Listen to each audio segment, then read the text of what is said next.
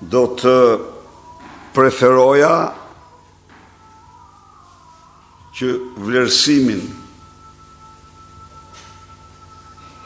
individual t'jalia çdo nëne shqiptare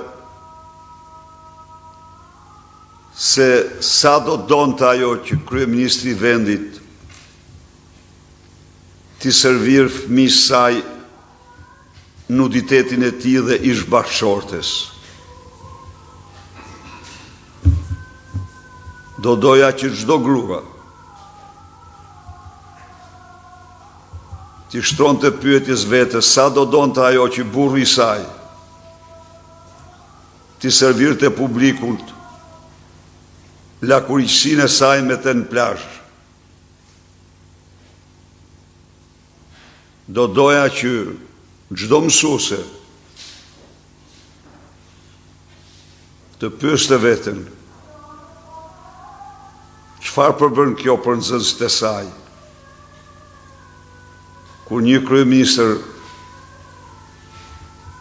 del me motor nudo për votë, për vota, duke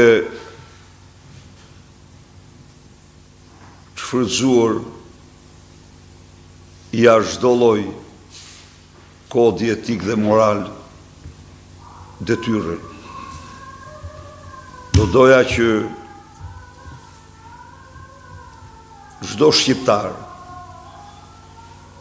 ta vlerësonte vetë këtë. Kurse në ligjin shqiptar dhe ndërkombëtar, kjo është absolutisht e dënueshme. Vërtet kjo mund të marrësh disa klikime nga këtë kuriozitetit, po kjo është rreptësisht e ndaluar në ligjin kombëtar dhe ndërkombëtar.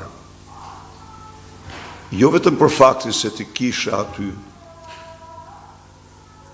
një audiencë fëmish, por ishe para kamerave, dhe sikur dhe në kuzhinën e tij me 4 mure ta bënte këtë premtim i vetëm para kamerave, ai është përgjegjës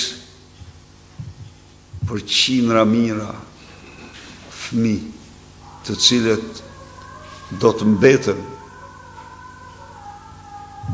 mbetet mendje se çfarë është i aftë të bëjë ky njeri.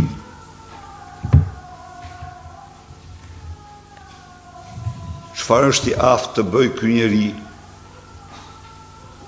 Në shkallë mund të degradojë dhe të degenerojë fushatën për vota. Po e them këtu prap,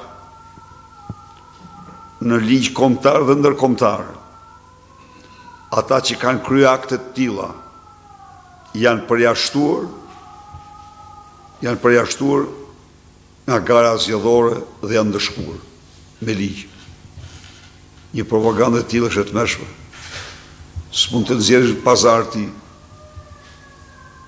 nuditetin të lakuriqësinë tënde kur.